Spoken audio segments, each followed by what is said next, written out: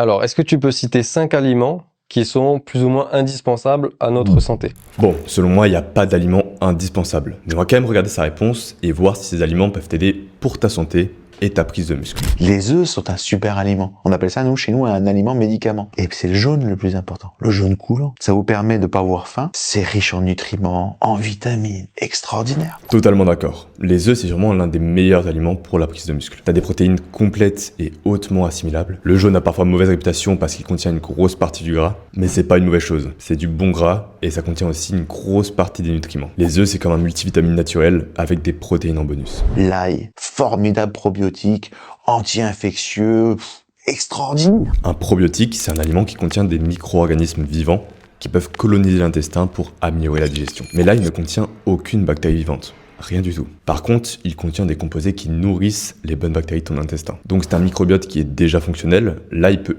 aider à l'entretenir. Concernant l'aspect anti-infectieux, là il contient bien une molécule antimicrobienne, la lysine. Et on a vu sur des tests en labo qu'elle permet d'inhiber certaines bactéries, même résistantes. Mais dans ton corps, les quantités sont beaucoup trop faibles. Et la lysine se dégrade très vite. C'est toujours bon à prendre, mais rien d'extraordinaire. Avant de passer à la suite, pense t'abonner pour ne pas rater les prochaines analyses. L'aloe vera. Elles ont l'impression d'avoir perdu 10 kilos, mais elles ont juste dégonflé. Rien qu'avec l'aloe vera. Minéralisant, anti-inflammatoire. Le soi-disant bienfait dégonflant de l'aloe vera est surtout lié à son léger effet laxatif.